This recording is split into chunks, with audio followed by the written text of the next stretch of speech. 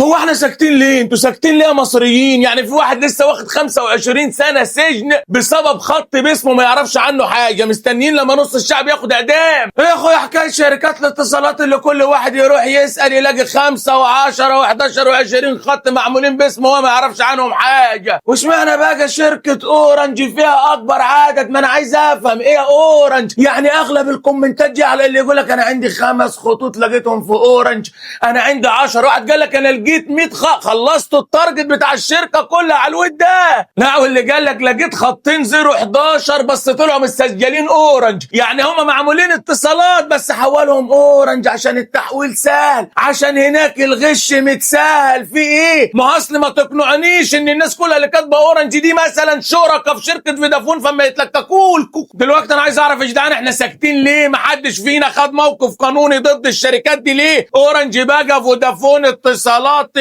احنا ملناش اسهم في شركه فيهم، ملناش مصلحه مع حد. القانون اما يقول عشان تشتري خط جديد وتسجله باسمك يكون معاك بطاقتك، تحضر بنفسك وتوقع بنفسك. فلو حد عرف يزور وياخد البطاقه ولا يسرقها نقول ماشي، حد زور توقيعك ماشي، لكن القانون بيقول تحضر بنفسك. ولا احنا عشان شكنا في البطاقه مبكسل فمش ما تعرفونا؟ ما هي عبط بعبط بقى وخلل بخلل نقول اي حاجه. ما اصل معنى كن الشركه هي المسؤول الاول عن كل خط معمول باسمك وانت ما تعرفش عنه حاجه، معنى كده ان موظف من جوه الشركه بنسبه 100% بدون ادنى شك، موظف ليه صلاحيات على السيستم بيعرف يعمل رقم وخط باي بطاقه توقع في وشه. فالمفروض يا جدعان الواد اللي خد 25 سنه سجن ده بسبب الخط اللي ما يعرفش عنه حاجه، القضيه دي تفتح النار على شركات المحمول وهم نفسهم يفتحوا تحقيقات مباشره جوه الشركه والمصريين كلهم يشتكوا فيهم، ونشوف يا جدعان الناس دي هتودينا كلنا في داهيه ازاي. وبعد اذنكم كل واحد اما يتفرج على الفيديو ده دلوقتي سيبك بقى من تطبيق ماي نترا وبتاع ما يعلق ويهنج، ننزل يا بيه الشارع دلوقتي تلف على ال4 فروع بتوع ال4 شركات بتوع الاتصالات تشوف في خطوط باسمك ولا لا. طب افرض بقى يا عم دخلت شركه الاتصالات فعلا ولقيت خط باسمي، اقول لك اول حاجه تعملها طلب رسمي اسمه انكار ملكيه، ده ما يتعمل جوه الشركه وتاخد رقمه وتصور وتحفظه معاك، والشركه ملزمه انها تلغي لك الخط فورا وانت واقف بعد ما تسدد اللي عليك.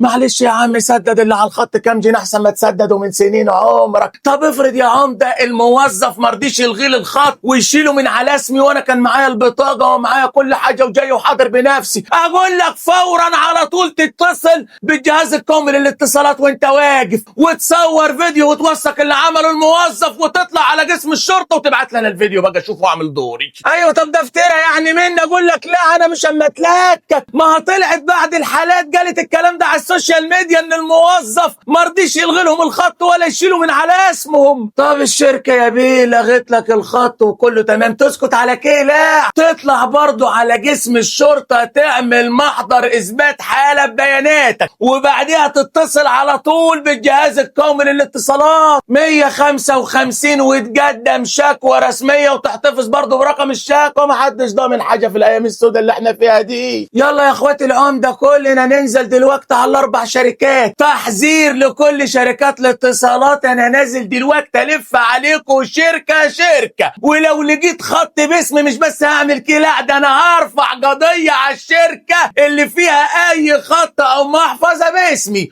وقد اعذر من انذر. والله العظيم تعبنا واتجننا وجبتوا لنا شلل الاطفال على كبر، شيروا لهم وابعتوا لهم